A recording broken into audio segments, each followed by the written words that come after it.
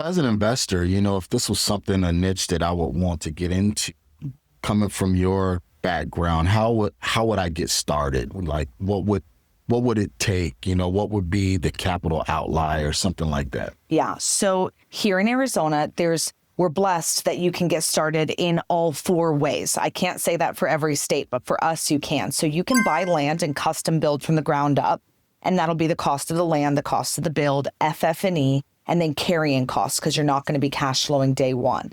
So we're talking a 1 to, I would say 2 year, because we don't have to deal with weather here. So we're lucky. But I usually say 1 to 3, right? Because our Midwest friends, you have to pause for a couple months. Oh, yeah. But 1 to 2 is probably normal. And honestly, it'll be 2 million plus if you're custom building.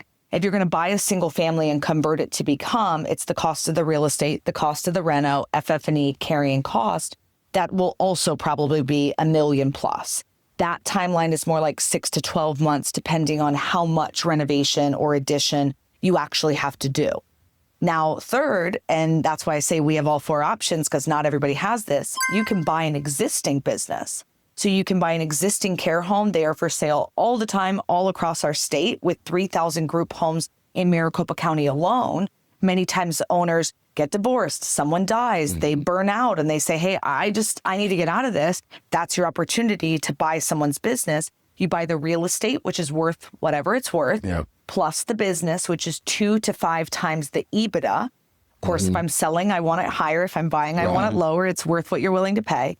But that's really what you're having. You don't necessarily need the carrying costs and the FF&E, but I still would put aside some money for refurbishments, because as you come in, you might be like, oh, these furniture, the floor, this is terrible. Like, and you want to redo stuff. So put some money aside to kind of freshen it up and give it your new spin.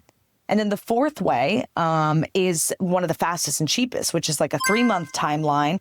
And it's really leasing a home to use for this. So someone else who has a property ready to go, and you just get to come in and lease. Now, you lose owning the property, which I think is a really valuable thing. But a lot of people say, I just want to start cash flowing and just see if this is kind of for me. So they'll sign a 3-year lease on something. You're paying first, last, and security, FF&E, and carrying cost, right? But you could be in for less than $500K and really get a good glimpse at, hey, do you want this? And maybe you sign for an option to renew or an option to purchase, and now you can control the asset. Okay.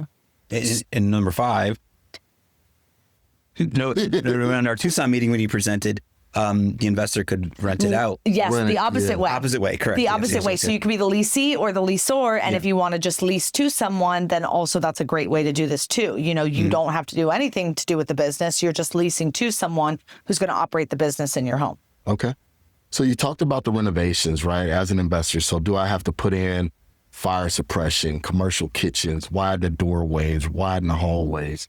What all do I have to do as far as the labor intense part of it? You do want to be as close to ADA compliance as possible, but you're not like legally required to be ADA compliant. Okay. So we do want ramps, guardrails, handrails. And to me, all of those things are because you want the least amount of falls in your house and liability. So anything you can do to alleviate a fall, make sure that the seniors can move and groove around the house very comfortably, just do it. Right? And here in Arizona, you can have 5 residents without fire suppression